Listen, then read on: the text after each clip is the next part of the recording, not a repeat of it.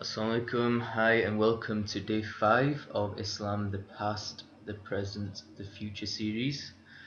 So this topic is very interesting. Today's topic is a very delicate subject, jihad and terrorism. This is a subject matter in the 20th and 21st century that has created the most confusion and chaos, in particular in the minds of the youth, but in the minds of even the Muslim elders, and not only that, the minds of the non-Muslims.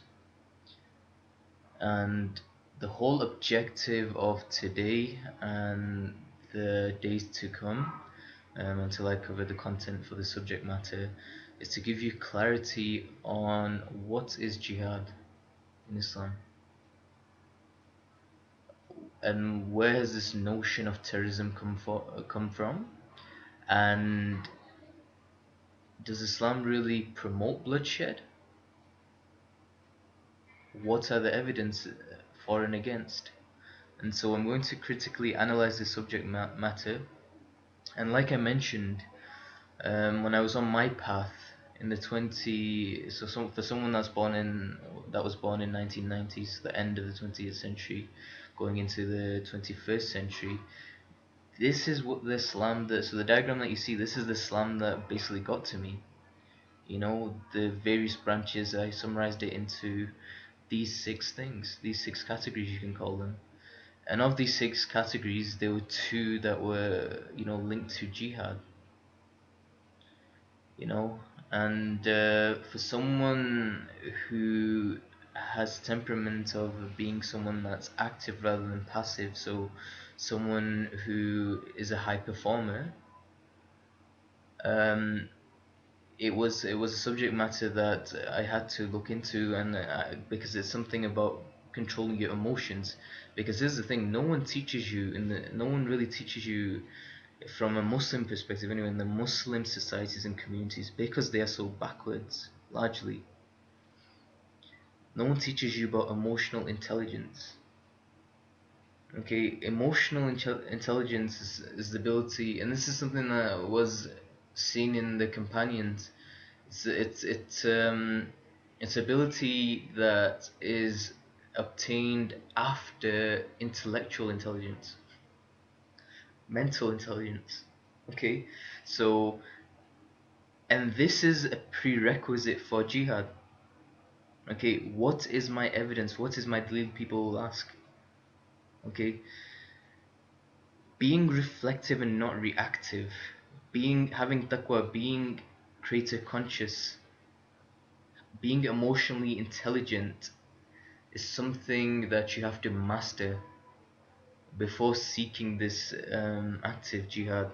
Evidence is again the companion of Prophet Muhammad, Ali radiallahu anhu, when he was on the battlefield engaged in physical jihad, a man spat on him when he had the better of him. So he was on top of him and he was about to cut his neck off.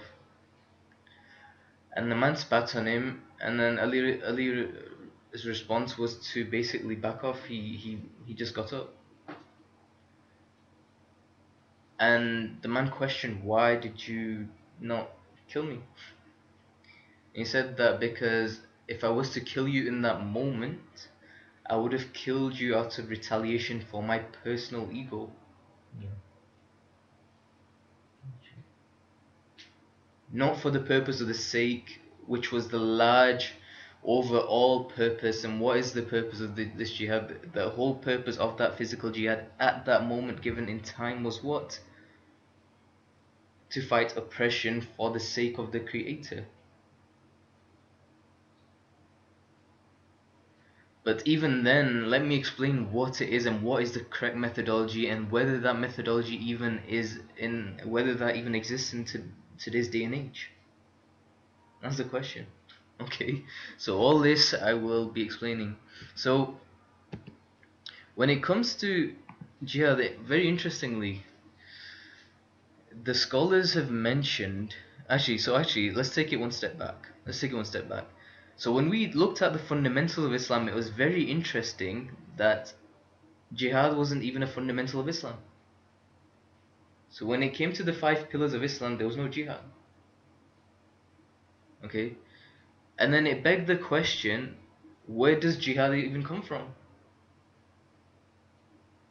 Jihad, where is it from? Where's the notion? Where does it originate from?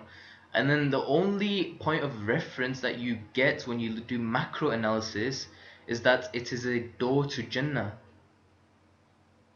A door to Jannah. Jannah is a macro thing, okay? And this is only a door. Out of the 8 doors that are unanimous doors, okay, that everyone agrees on, it is only a door. Okay? Out of those 8 doors, like we mentioned, 5 are linked to the 5 pillars. The next 2 doors are remembering Allah constantly, and the other one is those who control their anger and forgive others. And people think, what a beautiful religion. And the only one that seems to be creating problem is the last door, which seems to be the one that people are all focusing on. But what did I say? I said, focus on the end in mind. What is the end in mind? The end goal and destination should be Jannah. So people will ignore everything else and they'll make this the point of focus, point of reference, when it's not even a fundamental of Islam. Okay? People will make this the point of reference. But here's the thing. Let's move it on further. Then we talked about, when I asked question the scholar, specifically Sheikh Wadullah Al-Azri in Manchester, I said, if these are the 8 doors to Jannah, and Jannah is the destination for these souls that have come into, for us souls that have come into the present, into the physical dimension, so we came from a spiritual dimension and we will return to a spiritual dimension. And like one of the quotes that I use in Academy of Champions, we are not human beings seeking a spiritual experience, we are spiritual beings going through a human experience. And so if we're these spiritual beings that are going through this human experience and we're going to go back to the spiritual realm, then isn't it quite interesting that the 5 pillars match with the 5 pillars, and all the nations, and we all testified once in the spiritual realm in the past that the one source, Allah, is our creator, He is our nourisher, He is our sustainer, He is our Rabb. We all testified that once. And then we're going to go back, and those that and then the destination are binary, basically Jannah or Jahannam, and heaven or hell, paradise, Jannah. And out of those 8 doors, 5 are linked to the 5 pillars. And I said, and then he basically said that each nation and each followers will have to go through these 8 doors. Okay, so if each nation and each followers have to go through these 8 doors, each prophet and the nations, the followers, have to go through these 8 doors, it raises the question, what was the jihad of Adam? What blood did he shed? What terrorism did he do?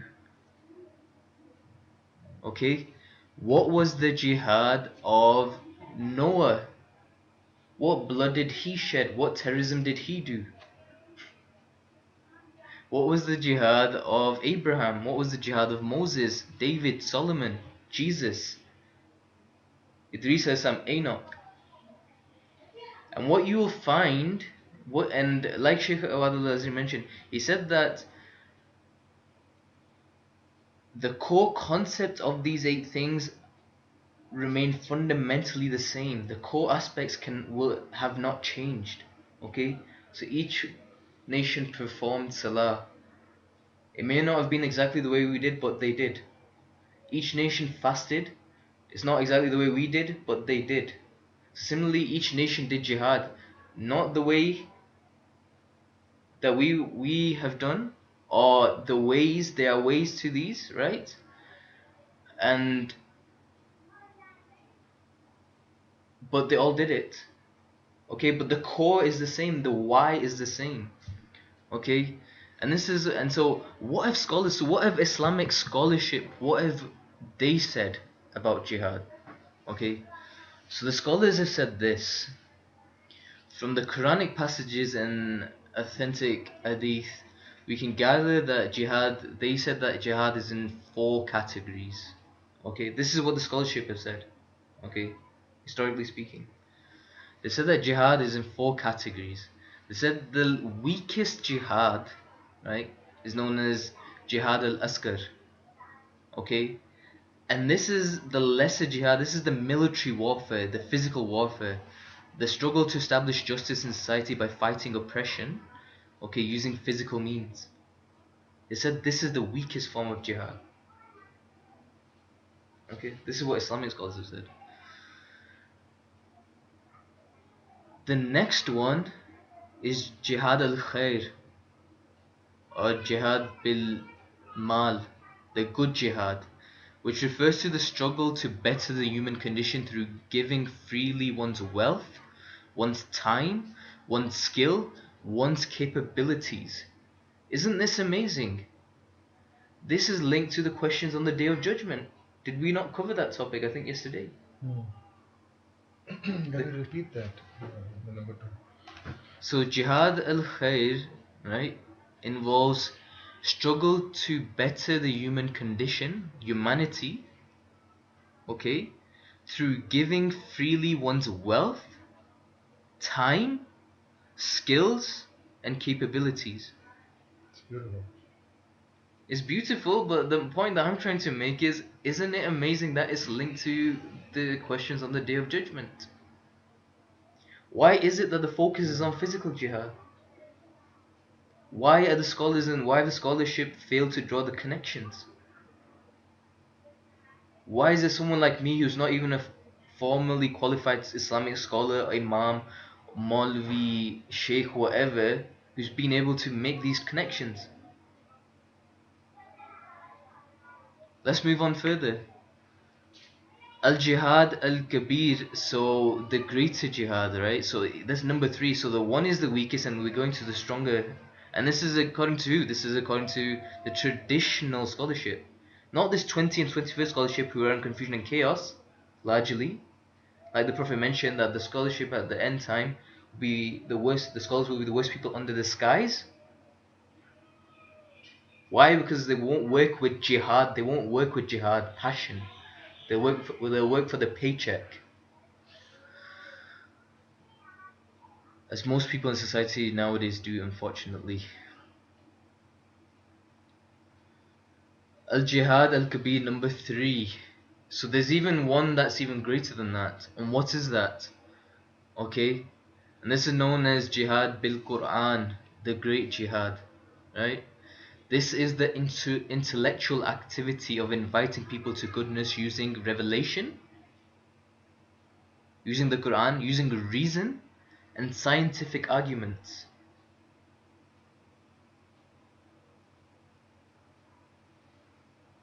Okay? Using revelation, again, scholars ask me, what is my background? And what is my reply to that? So I've been saying this. رضيت بالله ربا وبالإسلام دينا ومحمد صلى الله عليه وسلم النبي رسولا والقرآن كتابي. Revelation. What did the Prophet mention in last sermon? If you hold on to the Quran and the Sunnah, you will never go astray. What is even more greater jihad than giving your time, everything, your wealth, time, skills, and capability is this one. Using revelation, using reason, using logic, reflecting, meditating, contemplating to decipher the truth. You know the expression in Urdu, doodh ka doodh, pani ka pani. You know, eliminating ambiguity for the masses, bringing clarity in an age of confusion and chaos, becoming a dynamic problem solver to connect, to facilitate people's connections, the creation's connection to the creator.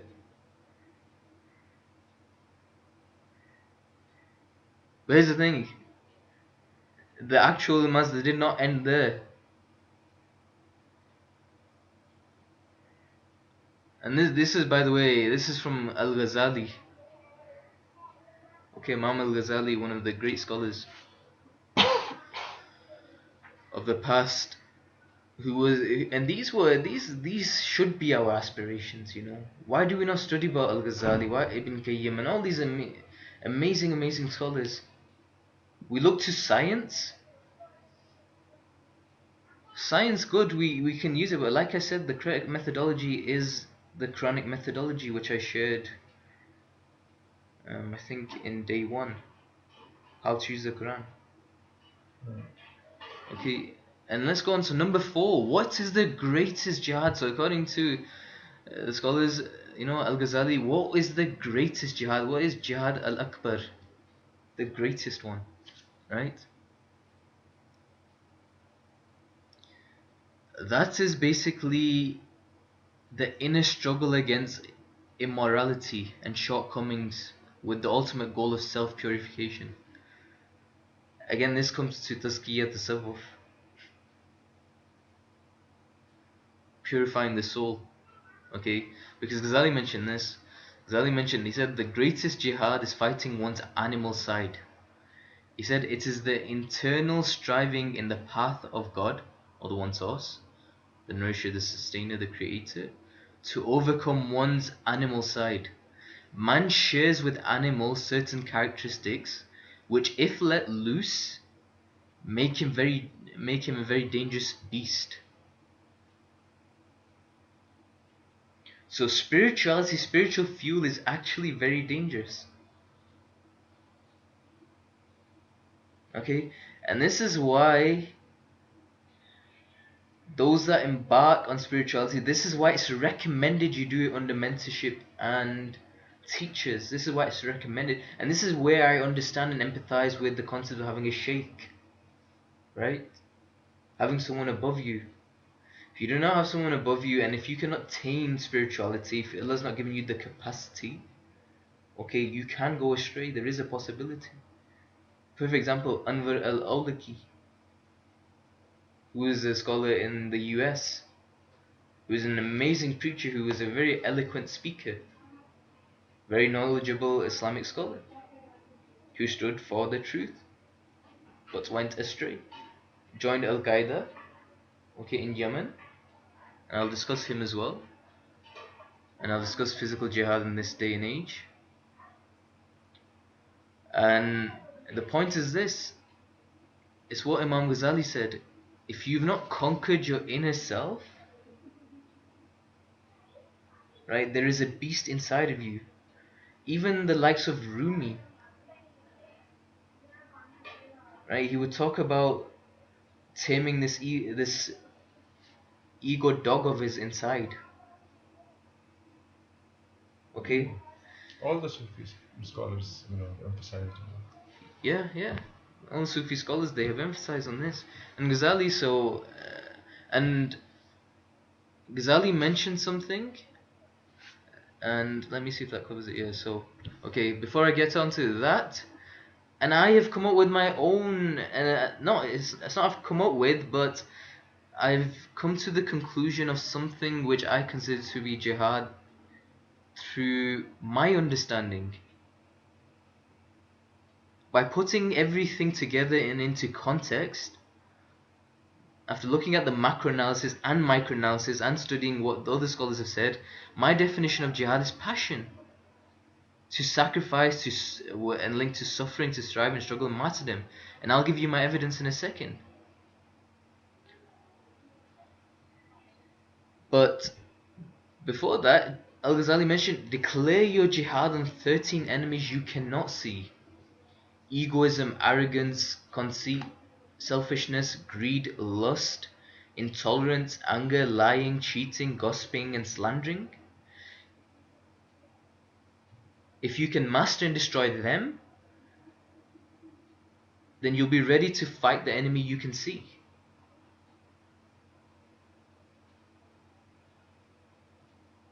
Okay? So this is the jihad that has been traditionally taught. And so where have the Muslims gone astray? Where have things gone wrong? This is what I'll come on to. But before that, where have I plucked this notion out of jihad means passion? So this guy I'm almost certain it was Piero Vitali from Island 41, who's basically this thought leader in Manchester at the University of Manchester. This has definitely come from the University of Manchester from my time there. Linguistically, what I discovered was, and this came to me, this was something that was shared to me from a non-Islamic scholar, from a secular scholar, a thought leader, was that the root words of passion actually come from to strive and to struggle. Linguistically, the conclusion that I came to the conclusion that I came to was that word for word, the direct translation of jihad to English is passion. What you're witnessing here is not something that I have written. This is something that you can do yourself. Do it. Put it into your Mufti Googles or Professor Googles or Imams or Sheikh Google. Put it and look what comes up. Jihad essentially is this strong and barely controllable emotion. Okay, it's essentially and the other translation is the suffering and death of Jesus, right? Meditations on the Passion of Christ, and everyone's heard of this movie. You've heard of the movie Passion of Christ, right? And isn't it amazing? Again, if you extrapolate that each prophet with his nation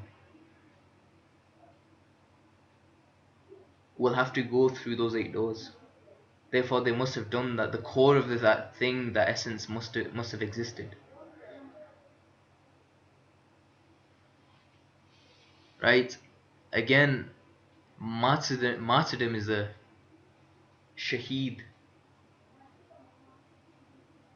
That is what people desire. What do these guys that go onto the battlefield? What were they desiring? They were desiring Jannah and martyrdom, through martyrdom, through martyrdom. Martyrdom is what is described to us as dying in the path of Allah. That's what it is, isn't it? So what is the path then? The path is Aidina Siratul Mustaqim. The path that we mention in Surah Al-Fatiha, the path of those whom you favored, not of those who went astray or those who angered you. So this is the path, like I'll mention now. So what is my evidence for saying that passion is jihad? So, and in Urdu, those that are listening Urdu, the linguistic translation closest that you can get in Urdu for jihad is janoon. Okay? It's passion, it's this uncontrollable emotion for you. And what is it? It's you willing to give what you value less, sacrifice, and this is sacrificing, striving and struggling and sacrificing something that you value less for something that you value more, i.e. the truth. Okay? That's what jihad is, that's what passion is. Okay? And what is it that you value more? So what you're essentially saying is you're valuing bringing people or getting the message across to people that there is only one source, that there is this concept of Jannah, right? You striving to get there, you striving and facilitating others to get there, doing good action so you can get there, working on your faith and overcoming your fears, and sticking to natural disposition. Okay, sticking to your core values. This in essence is jihad. But hold on, what is my evidence? Let me give you more evidence. Let's not stop. Let's keep going. History of mankind. Let's see it. Okay? And here's where I've brought in. This is why people probably signed up for this seminar or this webinar series, because they wanted to know the past, present, and future. But here's how I'm going to do it of Islam. Here's how we do it. Here's the methodology that I've adopted. I mentioned the tools in day one that I used. One of them was product lifecycle analysis. Okay, for those of you that have studied business, know the tool. For those of you that haven't, I'm quickly going to explain the tool. Everything has a life cycle. Okay, everything has an introduction phase, a growth phase, a maturity phase, followed by a decline. In business, they teach this in terms of product life cycle. For example, when you have an iPhone, when it's introduced, the price is really high. Okay, so the sales aren't that much. Then with time, the price reduces and more people buy it, the sales increase, and then that's known as growth phase. The adoption is more. And then in maturity phase, the prices are so low that even your grandma and granddad have an iPhone. Right? Everyone has one. Okay, so that's maturity phase, and then what happens after that essentially is something new comes out, or people get bored of that thing, and it goes into decline. So this is what I'm trying to explain in terms of the product life cycle. The diagram that you see, I've not, and the context that I've not applied, I've not applied to religious context or spirituality yet, or to the prophets yet. Okay, I've tried to explain what the blue, green, yellow, and red in this diagram means. Okay, the diagram on the top right is known as the Simon-Sinek model, which I was blessed to learn from, again, the West, again the University of Manchester, from an amazing soul. She was called Australian lady called Deanne Johnson, who taught me the Simon Sinek model. Okay, what is the Simon Sinek model? Simon Sinek model will give you the greater understanding of the of depth of knowledge. Okay, as an example, when you meet someone for the first time, okay, you will ask them the question like, what do you do? Okay, like first time I met, I said, I was like, "Mate, what do you do?" And he said, okay, yeah, I do this and this and that. Okay, when you get to know them a bit more, okay, when the degree increases a bit more of relationship, or the depth of knowledge you seek more, you ask them, okay, how do you do this? Right? But eventually the deepest question that you can ask is a why, because why is linked to the purpose. But if you were to ask, the first question you were to ask is, so you meet someone for the first time. So I said, when I met you for the first time, I said, why are you sitting on this chair and doing? Why do you do this job? You would have said, who the hell are you to ask me this, right? Yeah. Right? Because you don't know the person, you don't know anything about the person. You just go up to them and you say, why are you doing this? Okay. So the purpose of this model is this. It's got to do each one of these questions has a depth to it, just like the colors illustrate. Why is the core fundamental question, right? How is a bit more superficial? What is the most superficial thing? Okay? Why comes with depth and understanding. Okay? How comes with more understanding than from the what. And I hope this model makes sense. Okay? So the beauty of the product life cycle is that the product life cycle gives you what is known as a continuum. Okay? Now, here's the thing.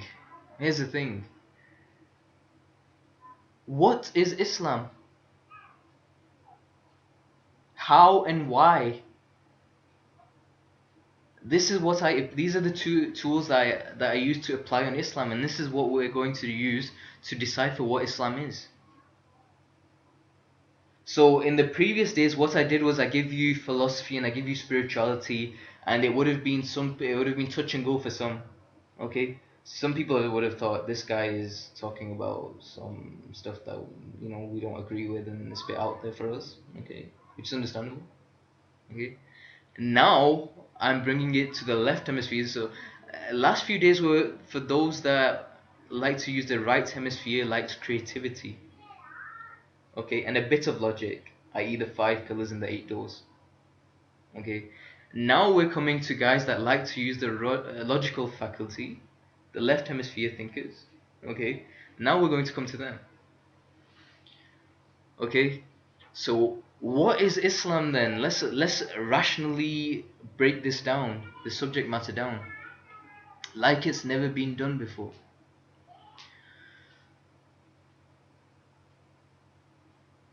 In Islam, we are taught as children that, well, La ilaha illallah Muhammadur Rasulullah, that there's no God worthy or deity worthy of worship except Allah, and Prophet Muhammad is the last and final messenger. Okay, then the question naturally occurs is, what is Islam? And based on that, what is the correct methodology?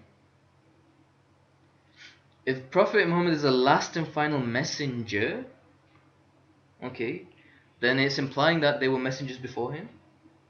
Okay, then that means that Islam was not introduced by Muhammad. Okay, then that means that introduction must be from Adam. It must be a way of life. It must be a deen from Adam till the Prophet Muhammad, which also included Noah, which also included Abraham, which also included Moses, which also included David, Solomon, Jesus, and Muhammad. Okay, now when it comes to jihad, because that is the subject matter which we're going to alongside what is the purpose of Islam, I'm also going to through this next few days and slides, I'm going to try to kill two birds with one stone. We're going to try to work out the purpose of Islam, or narrow down the purpose. I'm not going to completely break it down, I think, in this Ramadan. That needs advanced tool skill sets that I think I'll only share with the Advanced Academy of Champions students, and possibly next Ramadan now. But this Ramadan, we're going to keep bringing clarity, and I'm going to narrow down the purpose, and I'm going to completely eradicate the notion of jihad this time around. Okay, physical jihad. And so we're going to try to kill two birds with one stone. So the purpose of Islam as much as we can, and jihad. So coming to jihad, based on the diagram that you see, product lifecycle analysis, what we need to question is this. Based on the 8 doors as well, one of the doors is jihad. So what jihad did Adam do? What jihad did Noah do? Okay. What jihad did Job do? What jihad did David do? Okay. Aaron do? Abraham do? Idris, Enoch we know. Okay, so Enoch, Idris alayhi salam, he did physical jihad. Okay, his was war military based. Okay, so it's not that Prophet Muhammad was the only one that did military. Okay, other prophets also did military jihad. Sulaiman alayhi salam, he had horses. Okay, in the Quran it's written, make sure your horses are ready. So here's the thing, Islam is not a pacifist religion. And this is something I mentioned prior, I think it was in day one, that Islam is and it isn't a pacifist religion. And now I will explain how and why. Okay, so in previous times, okay, and even actually even the prior slide, it's mentioned that physical jihad is the weakest, but it is there. And what is it there for? It's there for when you need it. Self-defense. Self-defense, or if you're being provoked. And that's why in the Quran it's written, keep your horses ready. Although it's the weakest, it's something that it is there. It's something that we cannot just, the word is abrogate, nask, right? They're using fiqh, jurisprudence, that you can't just eliminate it just because you feel like it. Okay? So the concept is there, and what does this mean? This means that even in this day and age, okay, You use the tools, whatever, okay, but physically we should be healthy, right? Um, but let me give you. Yeah, I'll come onto the topic. I'll come onto the topic what it actually applies in this present moment. What is the ruling for jihad in this present moment? I'll come onto that and my opinion on that.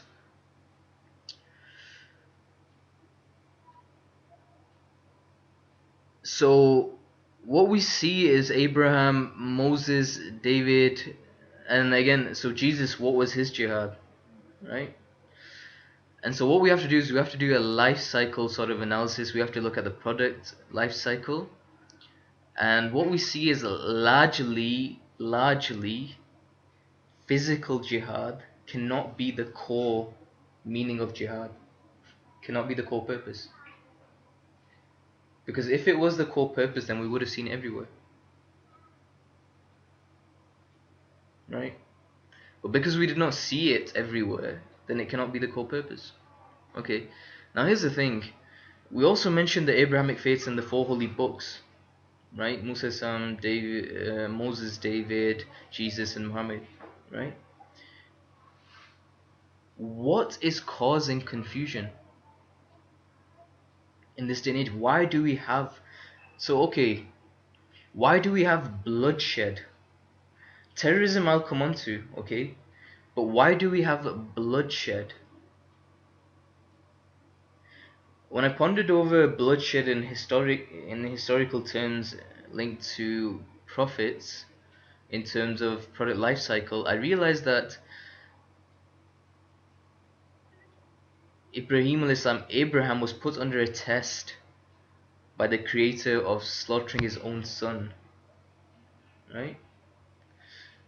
And he was willing to do it, and then it got changed to a goat, okay? A slaughter of an animal for a human. And why was that? That was a symbol. That was symbolism for not doing human sacrifices, for not having bloodshed, to prevent human bloodshed. Because if you historically study, if you look at history, there were traditions, pagan traditions, where they would carry out child sacrifices and human sacrifices. Okay?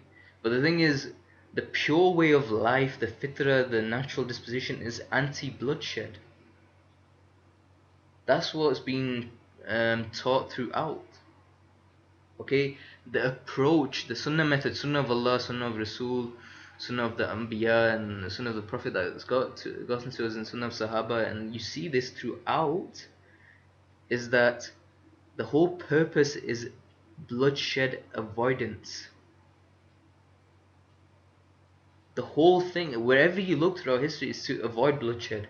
Nowhere has deen, the way of life, have you seen promotion of bloodshed. Whoever whoever has promoted bloodshed has gone astray, full stop. They've gone astray. Because that's not the way. And so, what are we seeing and witnessing now in this day and age? What is the main confusion? Right? And this is something I perhaps should have clarified before, but I'll do it now. You know, with these prophets, when you come to this life cycle analysis, you see Moses. You see Moses came before David, and he came to Jesus and Muhammad. And we talked about these books and scriptures, right? These scriptures, these messages that came to these various prophets. Now here's the key thing to clarify. Abraham moved around. I mean, he moved from Egypt to Mecca, and then Palestine. And he had 3 wives and he had children. So Sarah, Hajra, and Maria, and Ismail, Isaac, and also he had one other son, which I cannot recall at this moment in time. Uh, Madian. Okay. And what essentially these revelations were and what the messages were, they were geospecific. Okay? So the book of the Psalm, book to Moses, the Torah, was geospecific to Moses. They were geospecific and time specific, age specific. Okay? So they were for a group of people, for that geography, for that prophet and his tribe and his nation, for that given moment and period in time. Okay, so the Torah was revealed to Moses in Hebrew for the Israelites, okay, in 1500 BC in Egypt for his tribe, for his people, at that moment given in time. That was the message. That is what they had to follow. Okay, moving on 500 years, the Psalms, again in Hebrew for David and his people, the Israelites. Okay, Israel, that was the message for that specific location, for that period, moment, given time, for those group of people. Okay, for Jesus in Aramaic, again Israel, Galilee area, that the gospel was the message for those group of people, for that moment given in time, geospecific. Okay, when it comes to the prophet Muhammad, okay, as he was the final messenger, and it's written is rahmatul lil alamin, he was the mercy for mankind. His message transcends, the book of the Quran transcends time, space, geography. It was sent for mankind. It is a universal message. Okay, the Quran was for the humans and is for the demons also, the two creations that have free will. The angels cannot recite the Quran. Angels can't recite. Angels do not have free will. Angels come to the gatherings where Quran is recited to listen to it. Angels come to listen to the Quran, but they do not have free will like the jinn and the humans to recite it and implement it. And so the question that I actually want to raise and that I actually want to address is, why do we have infighting between these religions then? And I hope the answer is clear, because the first things first, what you'll realize is that when it came to the five things, so let me just take another step back. I know this session is very confusing because I'm trying to cover lots of different aspects in one go, but so what we find is the following: that this thing about physical jihad to geographically conquer this conquest and this imperialistic ambition did not exist. Right, things that I mentioned in session one. So this bottom right session, which ISIS have, and this Al Qaeda and all the terrorist organization groups in this modern day and age have, we do not witness this in the history of humankind. Okay, so therefore that cannot be part of the Sunnah, overall Sunnah, the way. Okay, yes, there were implementations of the Sharia law, but this thing about establishing a caliphate or imperialistic ambitions of covering geographical land was not the thing, because I'll discuss why that wasn't the case. When it comes to this thing about Kafirs and Kuffars, disbelievers, again, they've misunderstood the notions behind those. But here's the thing, you do see the rest though. You see the rest in the prophets and the followers. You do see the implementation of five pillars. You do see articles of faith. You do see service to humanity. You do see fighting injustice and oppression. You do see that.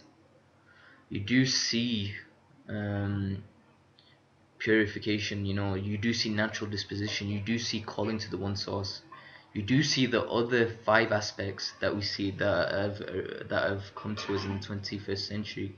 You do see those, but you do not see this notion of imperialism. You do not see that. And so, where have things gone wrong? Why do we have conflicts? Why are we fighting? Why do we have these weapons of mass destruction and these um, industrial complexes selling weapons of mass destruction, these multi-billion-dollar industries? And let's not be mistaken.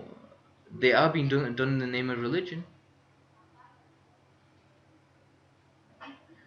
And let me explain where the conflict, and those of you that are astute will be able to now work out where the conflict actually arises from.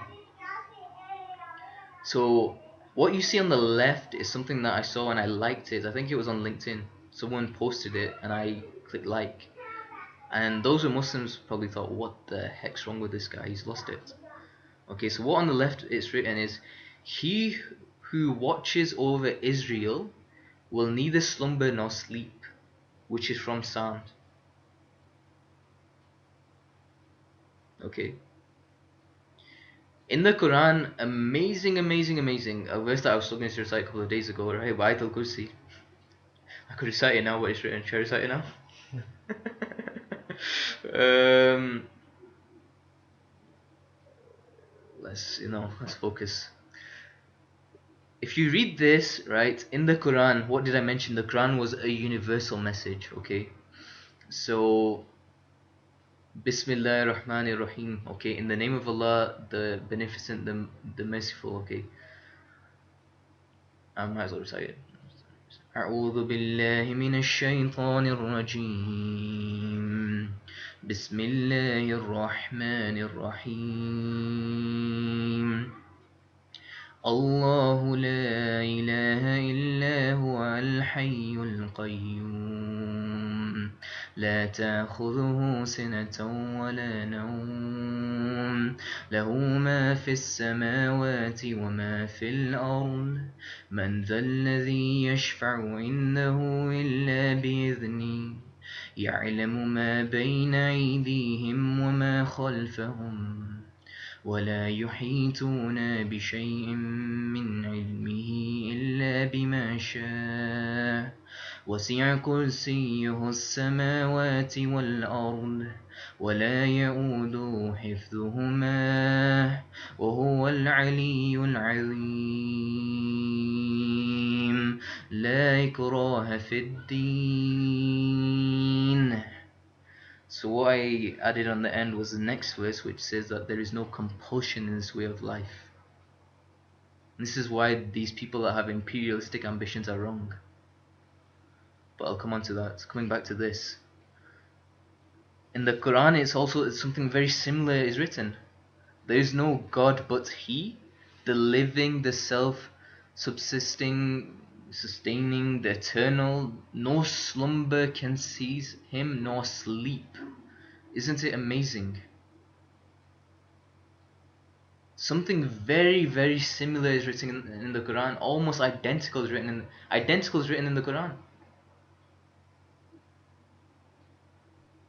But you see, although there appears to be a conflict, there is no conflict once you understand it. Why? I said, you tell me why. Uh, Why is there no conflict between between the two? yeah, because it's the same message. I mean, we are from the same God, from the same source. We are from the same God, the same source, but based on what I shared earlier on, that revelations came and they were due specific to people, nations at a specific given in time, and the Quran is the last message and it's universal to the whole of humanity. Mm. Does it not make sense that there is no conflict? Yeah.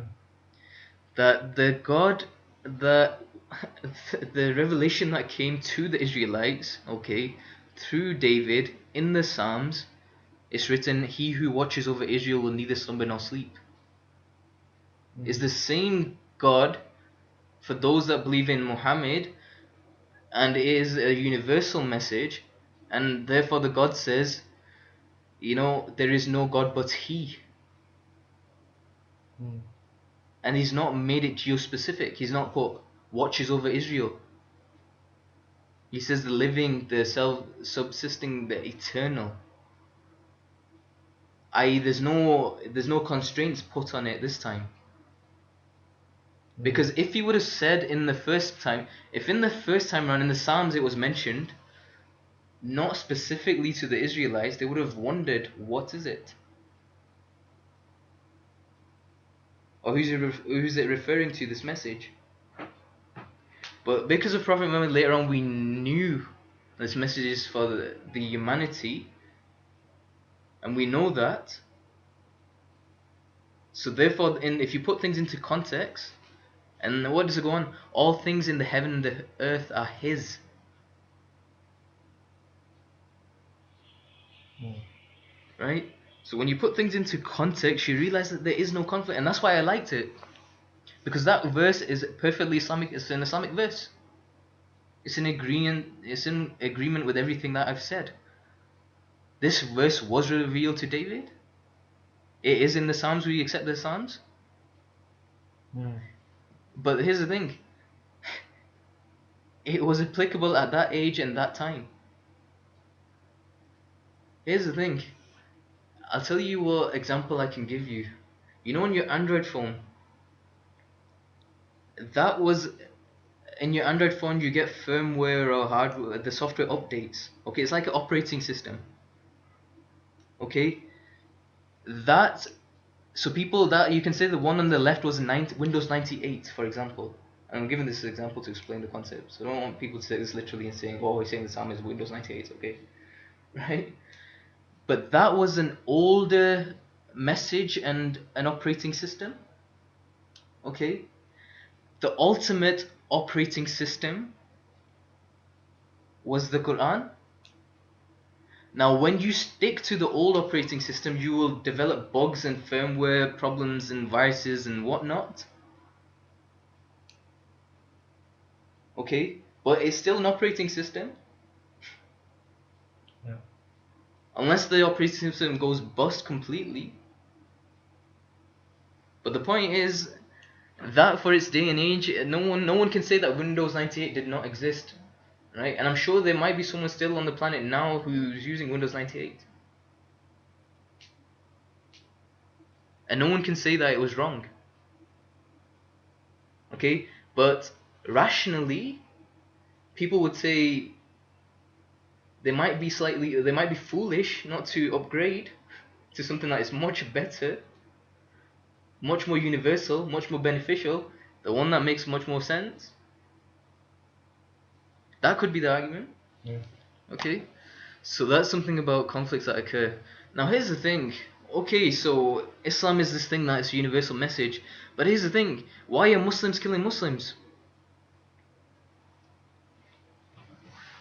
Okay, so if us guys, sorry, if us guys are taught that Islam is the thing from Adam till Muhammad, and um,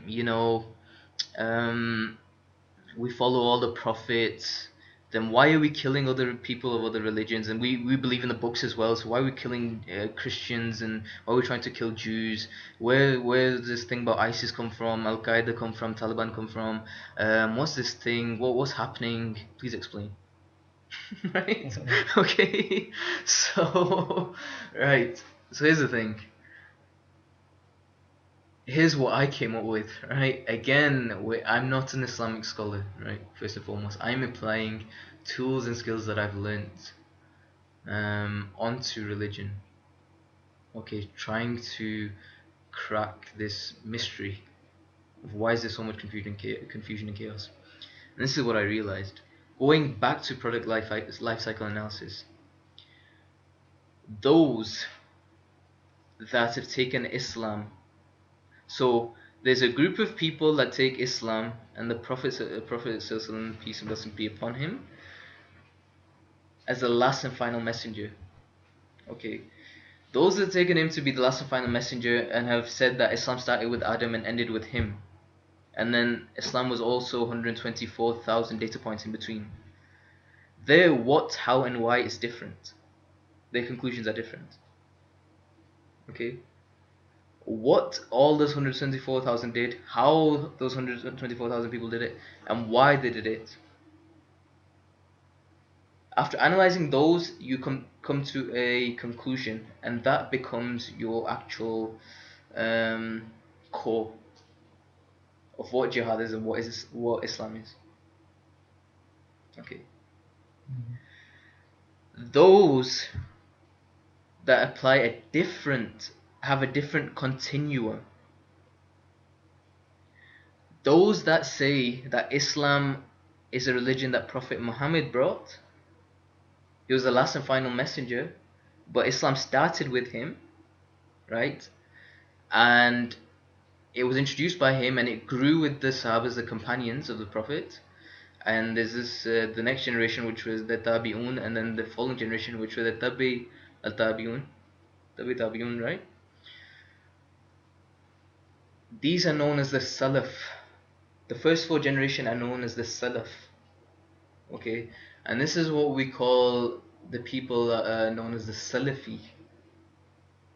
Right, the Salafi movement basically are of the opinion that everything the Prophet preached and taught, everything that the companions did, and everything the four generations did was the truth. And after the fourth generation, Islam declined. Okay, the decline began, and after the three generations, it hit decline phase, right, and then it became to decline, right, after the fourth generations. And so after the fourth generation, they accept that basically there's an opinion that Muslims got potentially too lavish, extravagant, and lost the core of meaning of Islam, lost the core message of Islam, and they don't go back to the fundamentals, right? Um, and they basically use the benchmark of fundamentals based on the Quran and the Sunnah of the Sahabas. Which, funnily enough, so do I. That's the funny thing. Um, but I just expand my continuum. And these guys come to a different conclusion. Why? Because what you witnessed in the first four generations, okay, so in the first four generations, the jihad was military jihad. Okay, but it was also the other jihads. So the four that I mentioned, the weak and the strongest, you had the whole four taking place. But here's the thing. It was a step-by-step thing. The Sahabas worked on the Iman first and foremost. Let me give you an example.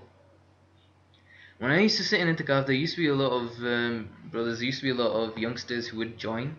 And they would join this, especially the Tablighi Jamaat mission movement. And they would say that they would go and then they would get this really much spiritual upliftment, and then after a year they would just go back to doing what they were doing. I.e., whatever society's social problems were, whether it was drugs or whatever it was, right, alcohol, whatever it was for them. And the point is, the Quran is this spiritual energy is extremely powerful, right? Even the Sahabas realized this.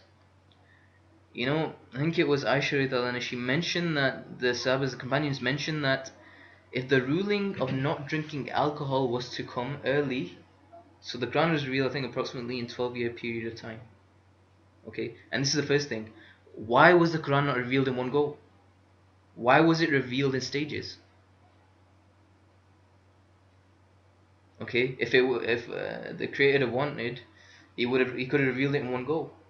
The reason is because it would have been too difficult to digest.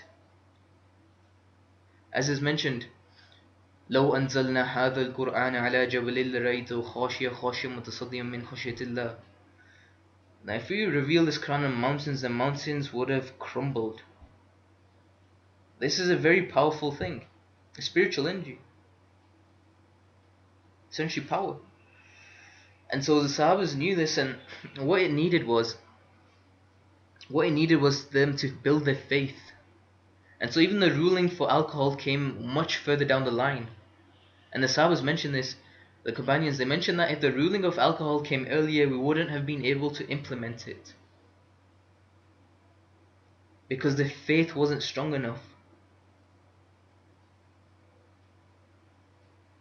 Okay? And so, even in this day and age, when the youth get religious, spiritually, and this is why they get into these wrong groups.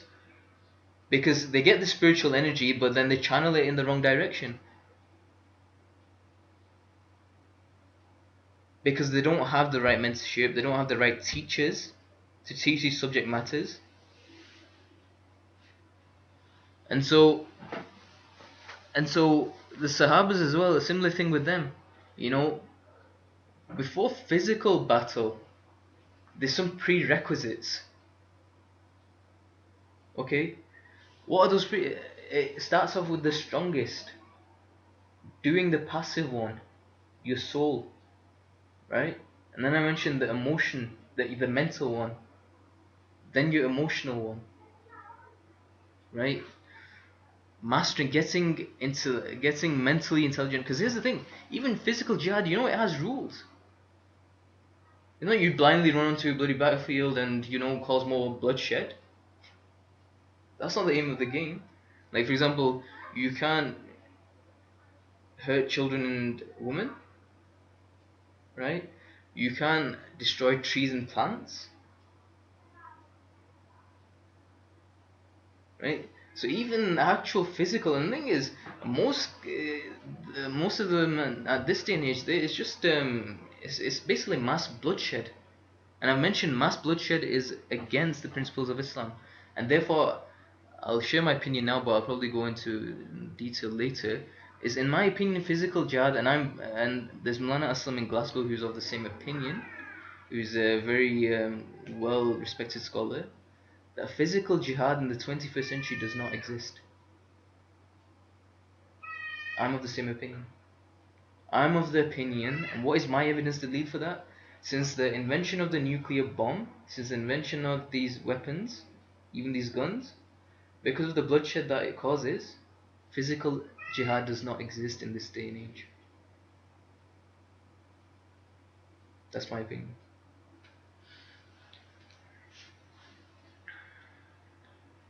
At this moment given in time. Right? And this is why it's important. So here's the thing, things can rapidly change.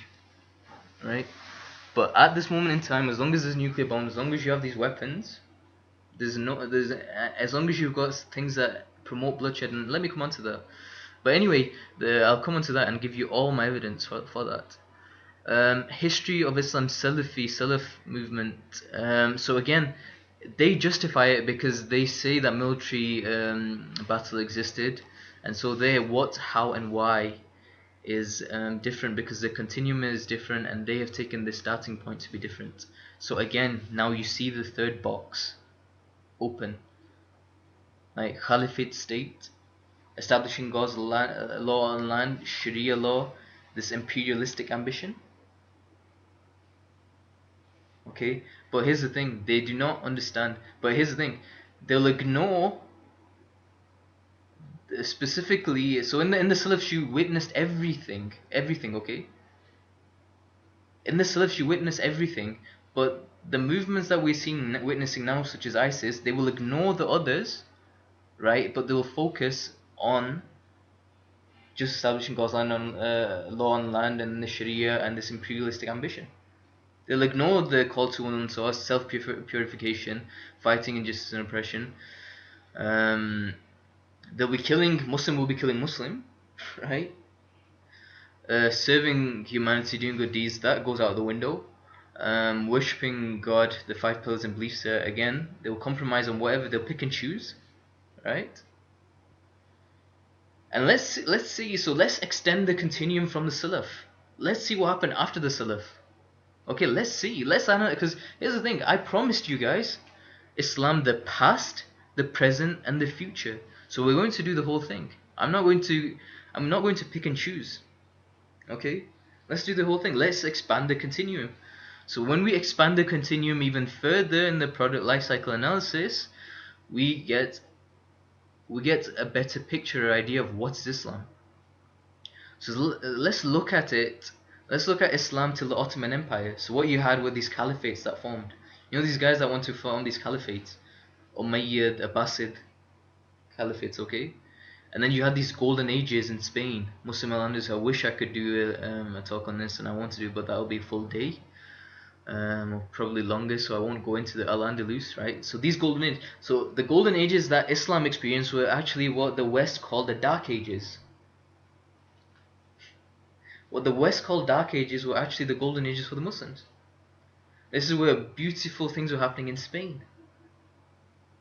You know, inventions, innovation, um, people working together, you know, faiths working together, interfaith respects that you saw witnessed at the time of the Sahabas.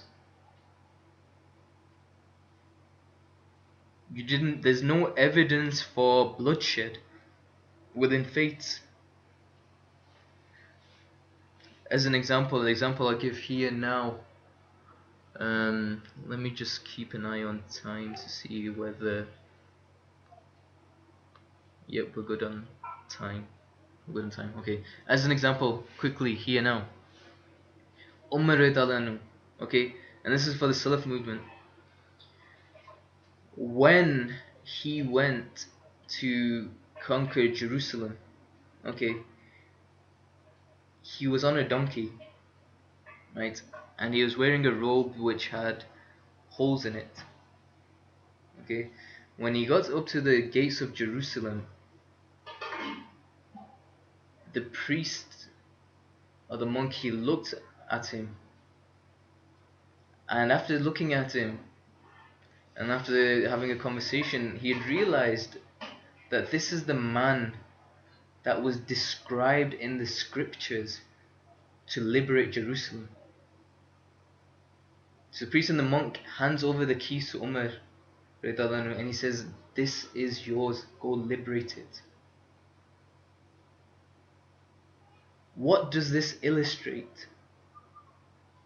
This illustrates men of wisdom, men of tolerance, patience, men on the truth. There is no bloodshed. People that have taqwa, consciousness of the Creator. People that know the truth and realities of this universe and the world. They're not people that promote bloodshed. They know. They hope. They put themselves accountable before they're held accountable. This is taqwa. And then when Umar, when he entered, he said, "I need a place to pray." Let me share something for the youth now here as well. He said, "I need some place to pray." So among the priests, he said, "You can pray in our." He said, "I need a clean place to pray." So the monk said, "You can pray inside our church." Okay, Umar and the rest of his companions, they went in. Okay, and then he paused. He reflected, and he didn't take up the offer. He prayed on the other side. So he walked out of the church. He went on the other side of the road and he prayed there. Okay, and this was very strange. This was very strange. And then he finished his prayer, and then people asked him. They said, "The guy's just like, you know, I'm not. This is me paraphrasing now. People were thinking that the guy's just giving him the keys, right? And he's offered him a clean place to pray inside the church. And after doing all this, you know, he's refusing." And so they asked him. They said, "Amir al-Mu'mineen, you know, why is it that the priest offered you, and he's a gentleman, offered you a place to pray, and then you crossed over the road and you prayed on the other side of the road? Because he said, and then Hazrat Umar replied, he said, because I realized that those to come after me would start doing what I did. So you see, people like Umar were people of foresight and a vision. You know, one of my friends who went to Palestine, he mentioned, so he prayed, so now what's being built opposite that church? You know what's being built? Masjid Umar. So now when Muslims go, where do they go? They pray in Masjid Umar. So what was it? It was conflict avoidance. Conflict avoidance. Men with visions. Men with foresights.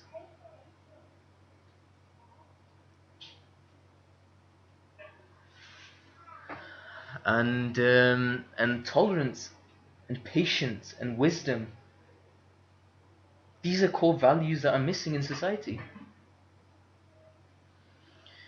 And again, so we look at Al-Andalus, Salahuddin, and the Ottoman Empire, and after the Ottoman, you actually see the decline. And again, this is another perspective. So here, you've got a perspective of Islam from Adam to Prophet Muhammad till and decline. Then you have another continuum that Islam started at Prophet Muhammad, and it was the first four generation, the Salafi perspective. Then here's another perspective. It started at the Prophet Muhammad, and basically then until Ottoman Empire, and after Ottoman Empire, basically I put it at 1500, but the reality is it continued till 1923. But this is just to illustrate that here's another perspective, and let me share that perspective with you of what happened, how it happened, and why it happened. And if I was to share this from my own mouth, people might not believe me, so let me share it through someone else's. Carly Fiorina, 2001, after September 11th, former CEO, she stood in the last US elections. Okay. What did she say in one of her speeches in her speech after 9/11, titled Technology, Business and Our Way of Life, What's Next? She said, "I'll end by telling a story. There was once a civilization that was the greatest in the world, the greatest in the world. It was able to create a continental superstate that stretched from ocean to ocean and from northern climes to the tropics and deserts. Within its dominion lived hundreds of millions of people of different creeds and ethnic origins. One of its languages became the universal language of much of the world, the bridge between the people of 100 lands. Its armies were made up of people of many nationalities, and its military protection allowed a degree of peace and prosperity that had never been known." Let me just repeat that. Its military protection allowed a degree of peace and prosperity that had never been known. The reach of this civilization's commerce extended from Latin America to China and everywhere in between. And this civilization was driven more than anything by invention. Its architects designed buildings that defied gravity. Its mathematicians created the algebra and logarithms that would enable the buildings of computers and the creation of encryption. Its doctors examined the human body and found new cures for disease. Its astronomers looked into the heavens, named the stars, and paved the way for space travel and exploration. Its writers created thousands of stories, stories of courage, romance, and magic. Its poets wrote of love, with others before them, when others before them were too steeped in fear to think of such things. When other nations were afraid of ideas, this civilization thrived on them and kept them alive. When censors threatened to wipe out knowledge from the past civilization, this civilization kept knowledge alive and passed it on to others.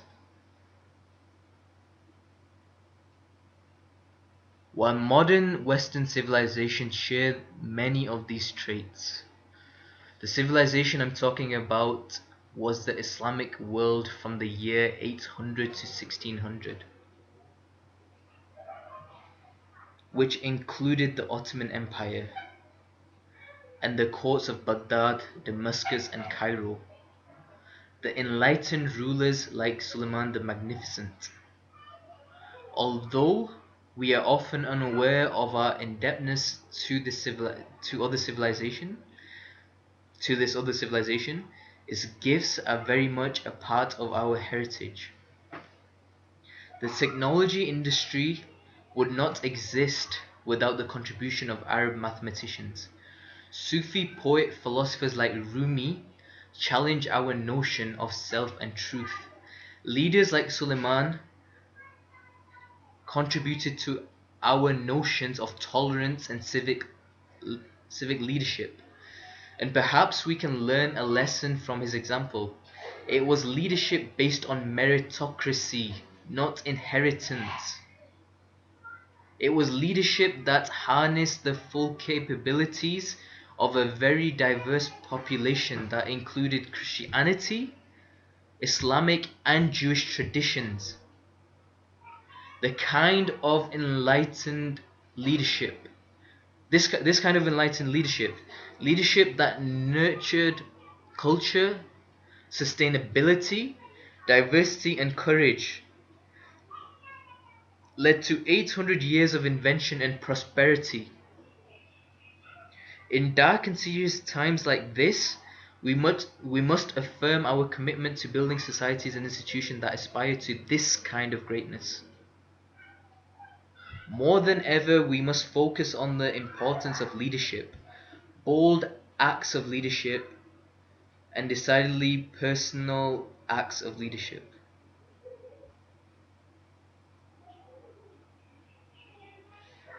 This is someone summarizing, in a nutshell, the Muslim Golden Ages.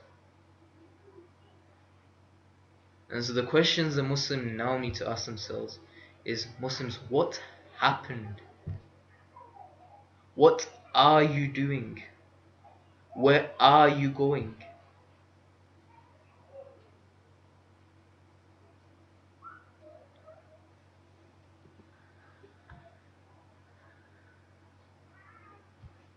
Again, when you bring it to the 21st century, you see the same thing that you saw originally. The focus was on what? The focus was on self-purification, call to the one source, fighting all injustice and oppression, serving humanity good deeds, worship of the Creator, the five pillars and belief of six articles. There was no establishment of God's law and bloodshed and this caliphate states. You had multiple, so in Al-Andalus you had different caliphate, different rulers that had multiple things. There wasn't this imperialistic ambition. There was no promotion of bloodshed, rather it was tolerance. Tolerance from every perspective, from the Jewish faith, from the Christian faith, from the Islamic faith. And again, the people of faith in the 21st century and the present that are listening to me, is the message of Abraham and the message of our faith, are they the problem, or is something else the problem? Surely if tolerance existed then, we can make it exist now. But again, let me continue. Why do we still have this terrorism? Where's terrorism come from? I've spoken about bloodshed, which is the actual root problem, and I've explained that it never existed. Okay, it was always bloodshed avoidance, and I'll give even more evidence to hit home this point, if people aren't understanding where I'm coming from. You see, Islam even was declining until the 1923, so Islam has been in decline for a very long time. So what Caliph Irina mentioned, she mentioned from 800 to 1600. From 1600, you know, a lot of things happened. One thing happened was, which I would like to mention, which is linked to my perspective, is from something that I've studied, is that arrogance, pride, and foolishness crept in the hearts of our scholarship. For instance, in the court of Baghdad, Although, see, everything reaches its peak and it follows its decline.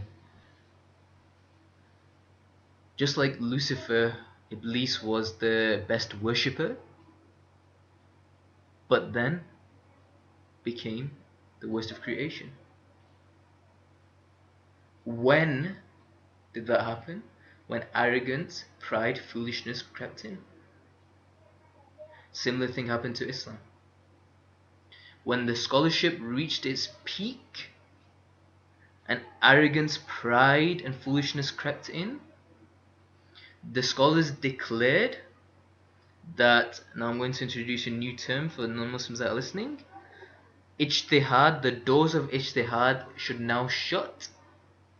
Ijtihad is basically the critical thinking creative process whereby you declare something permissible or impermissible that wasn't in prior existence. For instance, an innovation and an invention.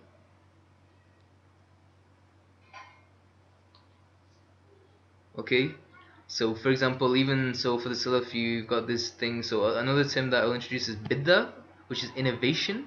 So there's two types of bid'ah, right? Innovation in deen, inside the way of life, is forbidden. You cannot innovate in the way of life. Okay, that is forbidden. So for example, you can't say there are 5 prayers. Oh no, you know what? We are going to pray 8 today, or we're going to pray 2 today. Unless it was something practice that was taught by the Prophet. For example, there is this thing about combining prayers. Okay, that is a practice that was in the Sahabas as well, combining with exceptions. Okay, so if it's not there if it was not witnessed by the Prophet, right? If it's something that the Prophet didn't do and it's not in the Quran, then you cannot add to that. Okay, so you can. And for example, if changing things, so saying things like, okay, a Muslim woman can marry a person of the book, a non-Muslim man, right? You can't, because you try to rationalize it, you can't just do it like that, right? But here's the thing, bid'ah for the deen, that has been witnessed. What is the difference bid'ah in deen and for the deen? Okay, bid'ah for the deen is to enhance the way of life. Examples: at the time of Umar radiallahu anhu, Taraweeh prayers in Ramadan, we're praying Taraweeh. This is bid'ah that was done for the deen. Umar radiallahu anhu, he actually mentioned what a beautiful bid'ah. This was his words. What was happening? People were basically going their own ways, right? And the Quran and the establishment and things Umar felt were basically not. He felt that by formalizing something, it would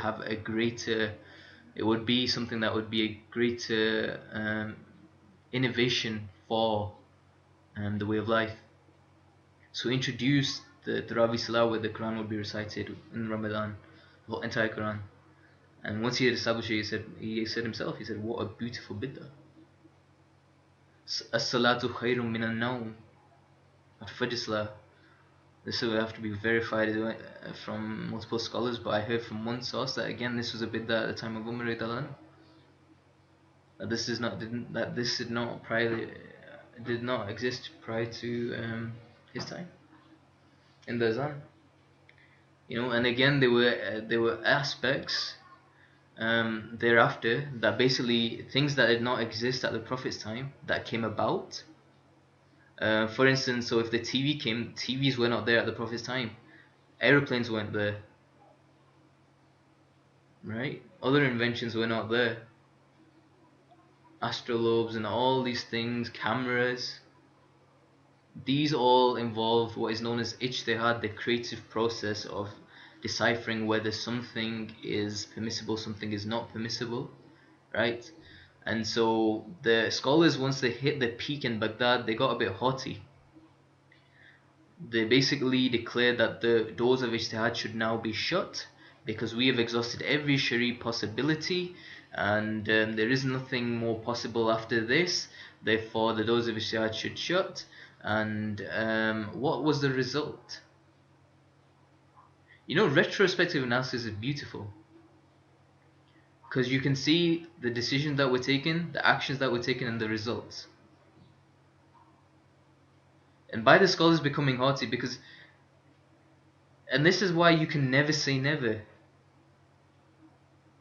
Even a scholarship, even me giving this presentation, you know, I am a function, my knowledge is a function of the time, and it's a function of the experience, exposure, and the knowledge and skills that I've obtained till this moment in time. But here's the thing, the only thing that's constant is change. My knowledge, my skills, my experience, exposure will change with time. Therefore, there is a chance that my conclusions will also change, or can change, right? And that's why no one is perfect. The only Allah is perfect. Only the one source is perfect. Only He is Al-Alim. Everything else is fallible. Therefore, never get haughty. This is my message for the ulama, students of knowledge, those of you that study with me and will study with me in the Academy of Champions. Be students of life. Never say, this is it. Okay? Because you don't even know when the last hour is. Who are we? We don't know. And this is another subject I will cover in the coming days. But the point is this, when the doors of Ijtihad were shut, then what happened was inventions came like the printing press, and this is Sheikh Yaz Ghazi based in Memphis. I don't know what the place is called. Memphis, I think it's called. Yeah, I think it is. Memphis in the US, Minnesota. Um, he basically mentions, amazing scholar. He does an amazing lecture on this, and he mentioned that the printing press, for example, the Muslims refuse to use the printing press because they believe that knowledge is a spiritual process that is done through like the feather or whatever, basically manually, and it's the transfer of the human energy into the paper energy, and that's how it's transferred, and therefore the printing press is a mechanical machine, therefore it is haram, it's forbidden, it's not allowed, it's not permissible. And so what was the result? The West used the printing press, printed tons of literature, tons of knowledge, information, disseminated it much faster. Their literacy rates went up. Ours, relatively, were much lower then, remain lower. The first printing press was introduced to the Muslim lands forced down the throats through Napoleon. Okay, more things that were happening when thanks to scholars becoming haughty, was things such as for example, in the school of Deoband, if I come back to if I bring it to much more recent history, the watches were declared haram. Nowadays everyone's using a watch, everyone's using printing presses, printers, scanners. Microphones were declared haram, forbidden. But imagine this. Imagine if, let's do retrospective analysis. Imagine if they weren't and the doors of Ijtihad were kept open. In technology, we evolved with technology. The concept of Herodianism, which Arnold Toynbee, the historian, mentions.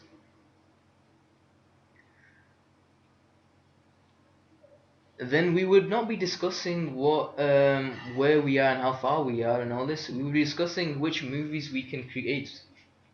Not whether it be for you Hollywood and Bollywood and all this is haram, right? We're out of the game. We would be discussing which movies we can create to inspire the youth or whatever, inspire people to good actions. What content we could put out. But now we're out of the game, you know. And so till 9/11, what is it? We're in a state of confusion and chaos. You know, you've got people all over. So you've got even people. I heard Sheikh Zia Mahmood. He said, As Abu Bakr, the doors of Ijtihad should open. You know, people that are of that perspective, the doors of Ijtihad should open, mass open.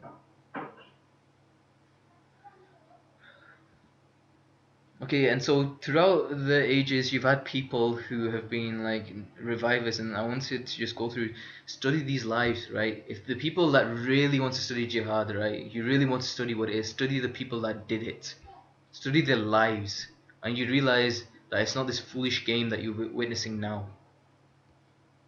Okay, these are a list of names, study their lives if you really want to, and you'll realize. And you know what? I'll give you examples. I'll give you examples. Imam Shamil. You know, 18th century, the West. The West said that the best Muslims of the 18th century. So what was happening? So why have I come onto this topic? When I showed you this decline, when this decline in the West were colonizing the Muslim lands, okay, obviously there was jihad happening from the Muslim side on the physical dimension because it was on a form of defense. Okay, the Muslims were defending their land, right? The West said that the greatest Muslims to defend the land in the 18th century were three: Imam Shamil of Dagestan, Muhammad Abdul Qadir al Jazari, okay, of Algeria, from Algeria, and Muhammad Ali Pasha from Egypt. These were the three best Muslim of the 18th century according to the West. When we study their lives, so these guys that want to do jihad, right? Study these guys' lives. Look at what they did. Imam Shamil, and this is the correct methodology. You know, people don't even know the methodologies and they go on to these things. In his last years, and this is the thing, it's mutual. Even in this warfare, there's mutual humanity. There's humanity in it. Now it's gone to barbarianism, right? Now it's animalistic warfare. Even till 18th century, there was humanity in it. So Imam Shamil of Dagestan, you know, they would write articles about him, and they would the West. I think in the Times they said that he was one of he was linked somehow with the lineage. Sheikh Zia Mahmood does an amazing talk on this. He was linked to the lineage of the West somehow. Right? That's how much they were impressed by him. Right? And if you study this, so I've added a bit from Wikipedia on this, that he was captured and he was sent to St. Petersburg. And you know, then later on he writes, by the will of Almighty, the absolute governor, I fall in the hands of the unbeliever. The great emperor has settled me here in a tall spacious house with carpets and all the necessities. I have fallen into the hands of the unbeliever, the kafir, the kuffar. But here's the thing. In a tall spacious house with carpets and all the necessities. There was still humanitarianism in there. What is it now? Bloodshed. Get a drone, blow him up. Get a bomb, blast him. Get AK-47, shoot him. This was warfare. Furthermore, he was then in 1869, he was given permission to do Hajj. For a guy who fought against them. Right? He's given permission to do Hajj. He travels from Kiev to, I don't know, to basically Istanbul, eventually where he ended up. Right? He met the leader, who then basically showed him at Topkapi Palace. Right? And then he meets, who does he meet? This is amazing. You know when Allah writes in the Quran, where it's written, وَيَمْكُرُونَ وَيَمْكُرُ اللَّهُ وَاللَّهُ خَيْرُ الْمَاكِرِينَ, that they plan and Allah plan, and Allah is the best of planners. Imagine this now. The West write afterwards that the three were the greatest, these three were the greatest, right? He and Abdul Qadir al-Jazari, so let me tell you a bit about Abdul Qadir al-Jazari. Abdul Qadir al-Jazari was one of the greatest warriors in Algeria and around France. What was he doing? What made him so special? Why did Allah elevate his rank and status? They've named an island or a town after him in the US, right? They've named him. Why? Why? Because when the other Muslims were slaughtering women and children, when they had gone astray in their warfare, he was getting women and children and giving them back to the enemies. He was fighting jihad the proper way. He was engaged on the sunnah. Right? And Allah elevated status. And these two great warriors, and he was a warrior also. So it's not like he wasn't a warrior. He was a warrior, but he was doing it the right way. He wasn't just doing it willy-nilly. Right? And what did Allah do? Allah united them. Where? At Hajj. These two powerful personalities are united at Hajj. And they meet. One being imprisoned first. The other one, both of them get united, okay? And look at the beauty of this. After completing the pilgrimage, he died in Medina. And he's buried in Jannatul Baqi. And this is the key thing. Colonization was a period where Islam, you could say even after the Mongols, Islam was having it. Our lands were being taken over. Islam was disappearing. These were the last resistances, these people that you were seeing. Okay? But here's the thing. Those that stay on the Sunnah, those that live for the truth, those that live for the truth, work on the truth, die on the truth. And this is where faith comes in, and this is where fear should go. Because Allah is Muhyi and Mumeet. Life and death is in Allah's hands. Did Imam Shamil ever imagine being buried in Jannatul Baqi? Did he ever imagine going to Hajj, being captured? He was a guy on a battlefield. Did he ever imagine his enemies having so much love and respect? And this is the key thing about true warriors and true peaceful warriors, true Muslims. True Muslims, even the enemies have love and respect for. Salahuddin, same thing. The Prophet, even people that were against him, deep down had love and respect for him. Right? Salahuddin, deep down, love and respect for him. Imam Shamil, deep down, love and respect. Abdul Qadir Jazari, love and respect. This is not even a sign of Muslims. This is a sign of people of a higher, you can say, people of taqwa. People understand, just like the priest and monk story in Hazrat Umar. But this is something that I really want to share. So what's happened now? Okay, let's bring it to today, 9/11. Mullah Muhammad Umar, Taliban.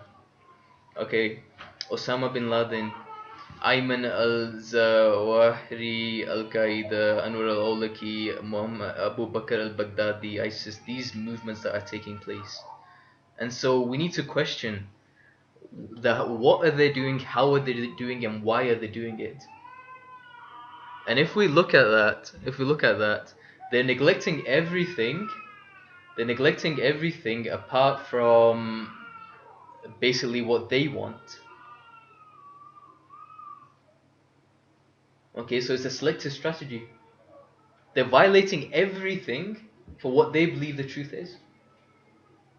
And what they have to do is do a 360-degree analysis, study history, expand their continuum, and they realize that what they're doing is wrong completely. And I'm going to give you more evidence. What evidence am I going to give?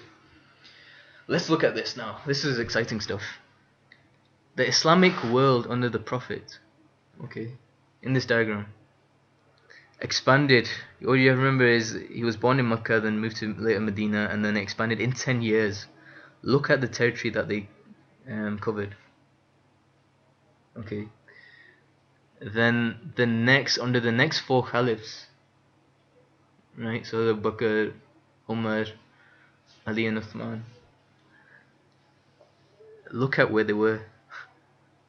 Tips, basically Libya, all the way Balochistan, India, right? And then after that, the expansion was into Spain. Okay, tip of France, right? And China. Okay, this is how much Islam expanded. Do you know how? So in the first 10 years, okay, do you want to know how much bloodshed there was? Right? Enemy forces were 136,354. Okay. Muslim forces were 42,652 out of the major battles in the Prophet's lifetime. Okay. Out of these 13 battles, right? Maximum number of casualties were 250 for the enemies. For the Muslims, there was 150. Right? The total deaths for the enemies were 217. The death percentage was 0.16, so it was 0.2%. Okay, the Muslim death percent was higher, 140, 0.3%. Okay, overall in 10 years expansion, the death and injuries combined for both sides was 0.4%.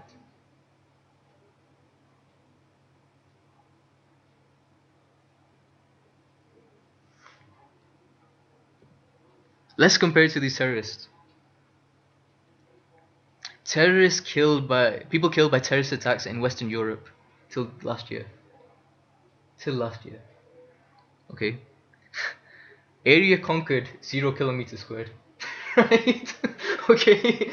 let's just get that out of the way. More than 500 deaths in just Europe. In just Europe, more than five, and this is without all the bombings and all the mess that's happening in the Middle East. Just in Europe, more than 500 people. That is 140. So you got 140 death here for the Muslims, and you got 217 here. Right, so you're 140 here, 217 here. Add them up, it doesn't even equal. And so what are these guys playing? What are they trying to justify? What are they trying to do? They're not even. I don't even know. I can't even understand. It's to a point of insanity. They're insane. And again, furthermore evidence that Islam was not spread by the sword. When you look at Islamic expansion on this right hand side, when Islam spread in the 13th, 14th, 15th, and 16th century, all this expansion happened without any warfare. There were no battles, zero battles. And so what was this? So what is jihad then? Jihad was as follows. How can you... And so people are probably shocked by the figures. People are shocked by the figures that I've shared. Okay? So what was this battle then? See, what you see in these Hollywood movies is not what it's like. The perception that they give you. It was as follows. Firstly, it was essentially a dialogue followed by duels and then battles. It was a bloodshed avoidance strategy. First thing, it would be a dialogue. We won't fight you if you accept Islam. So this way of life. Okay. If not, you can pay tax. Okay, and then we'll pay for your maintenance, whatever. Building of even churches were built using the jizya. Okay, place of worship for the faiths. Or we just simply sign a peace treaty. You let us live, we let you live, and we just get on. You don't interfere with us. Lakum dinukum waliya din. You go your way, we go our way. Right? And you don't stop us, we don't stop you. If not, okay, then it was the next stage. Then it was duels. This is where it was basically, if you don't want a peaceful solution, let's duel. You send your best, we'll send our best. It was 1-to-1, right? And then once that had failed, and that was not even on the cards, then it was full on battles, full on confrontation with armies. That is why you've got such a small percentage. But is this subject matter taught anywhere?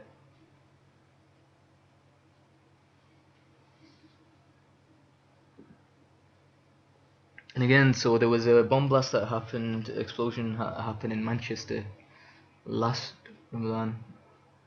And I took to LinkedIn straight away and I said, I basically uploaded this. And it's something that I read from the Seerah, the life of the Prophet Muhammad, because that is my benchmark.